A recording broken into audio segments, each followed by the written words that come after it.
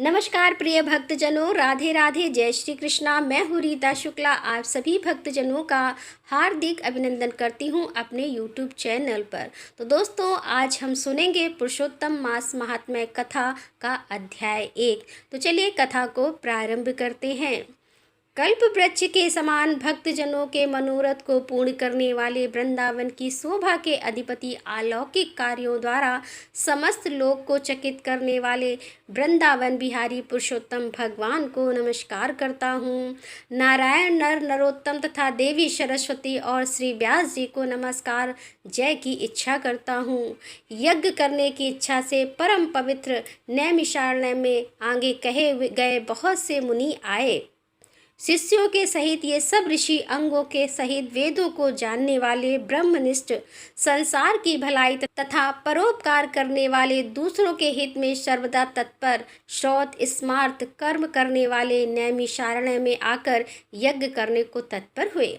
इधर तीर्थ यात्रा की इच्छा से सूत जी अपने आश्रम से निकले और पृथ्वी का भ्रमण करते हुए उन्होंने नैमिषारण्य में आकर शिष्यों के सहित समस्त मुनियों को देखा।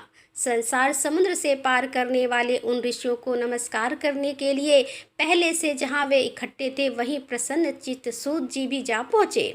इसके अनंतर पेड़ की लाल छाल को धारण करने वाले प्रसन्न मुख, शांत परमार्थ विशारद, समग्र गुणों से युक्त, संपूर्ण आनंदों से परिपूर्ण, ऊर्ध्व पुंड धारी, राम नाम मुद्रा से युक्त, गोपी चंदन मृतिका से दिव्य शंख चक्र का छापा लगाए, तुलसी की माला से शोभित, जटा मुकुट से भूषित, समस्त आपत्तियों से रक्षा करने वाले, अलौकिक चमत्कार को दिखाने वाले, भगवान के परम मंत्र को जपते हुए समस्त शास्त्रों के सार को जानने वाले, संपूर्ण प्राणियों के हित में संलग्न, जितेंद्रीय तथा क्रोध को जीते हुए जीव मुक्त जगत गुरु श्री व्यास जी की तरह और उन्हीं की तरह निस्पृह आदि गुणों से युक्त उनको देख उस नैमिषारण्य में रहने वाले समस्त महर्षिगण सहसा उठ खड़े हुए।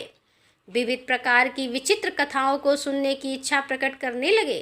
तब नम्र स्वभाव से सूत जी प्रसन्न होकर सब ऋषियों को हाथ जोड़कर बारंबार दंडवत प्रणाम करने लगे।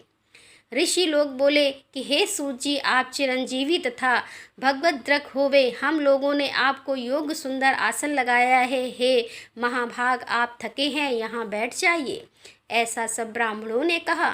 इस प्रकार बैठने के लिए कहकर जब सब तपस्वी और समस्त जनता बैठ गई, तब विनय पूर्वक तपोव्रत समस्त मुनियों से बैठने की अनुमति लेकर प्रसन्न होकर आसन पर सूत जी बैठ गए। तदंतर सूत को सुखपूर्वक बैठे हुए और श्रम रहित देखकर पुण्य कथाओं को सुनने की इच्छा वाले समस्त ऋषि यह बोले कि हे सूत जी, हे महाभाग, आप भाग्यवान हैं।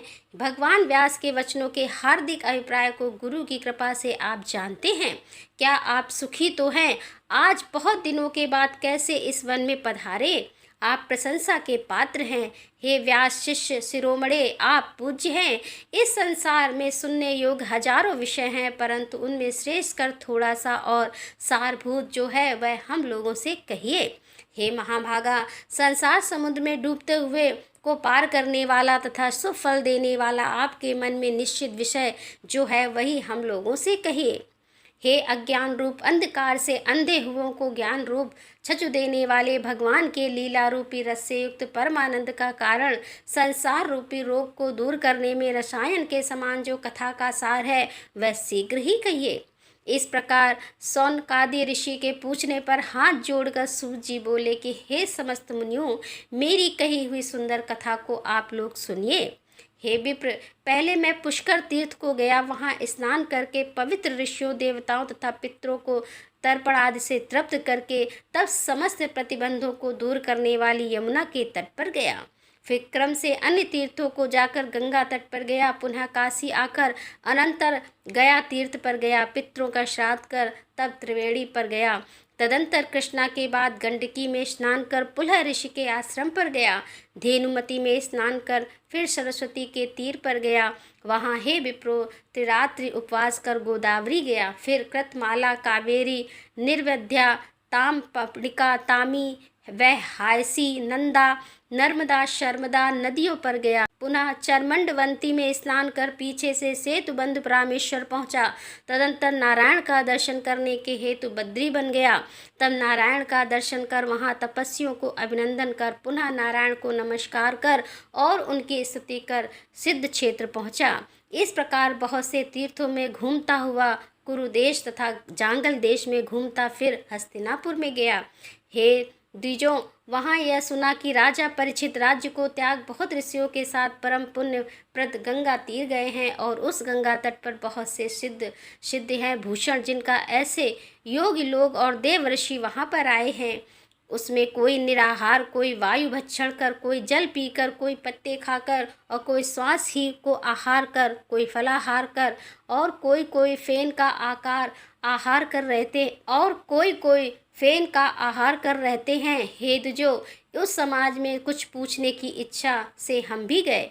वहाँ ब्रह्म स्वरूप भगवान महामुनि व्यास के पुत्र बड़े तेज वाले बड़े प्रतापी श्री कृष्ण के चरण कमलों को मन से धारण किए हुए श्री सुखदेव जी आए। उन 16 वर्ष के योगी राज संघ की तरह कंठ वाले बड़े लंबे चिकने बालों से घिरे हुए मुख वाले, बड़ी पुष्ट कंधों की संधि वाले, चमकती हुई कांति वाले, अवधूत रूप वाले, ब्रह्म रूप थूकते हुए लड़कों से घिरे हुए, मंजिकाओं से जैसे मस्त हस्ती घिरा रहता है, उसी प्रकार धूल हाथी में ली हुई स्त्रियों से घिरे हुए सर्वांग धूल रमाए महामुनि सुखदेव की देख सब मुनि प्रसन्नता पूर्वक हाथ जोड़कर सहसा उठकर खड़े हो गए। इस प्रकार महामुनियों द्वारा सत्कृत भगवान सुख को देखकर पश्चाताप करती हुई स्त्रियां और सात के बालक जो उनको चिढ़ा रहे थे दूर ही खड़े रह गए और भगवान शुक्र को प्रणाम करके अपने घरों की ओर चले गए। इधर मुनि लोगों ने सुखदेव के लिए बड़ा ऊंचा और उत्तम आसन बिछाया। उस आसन पर बैठे भगवान सुख को कमल की कणिका को जैसे कमल के पत्ते घेरे रहते हैं, उसी प्रकार मुनि लोग उनके घेर कर बैठ गए।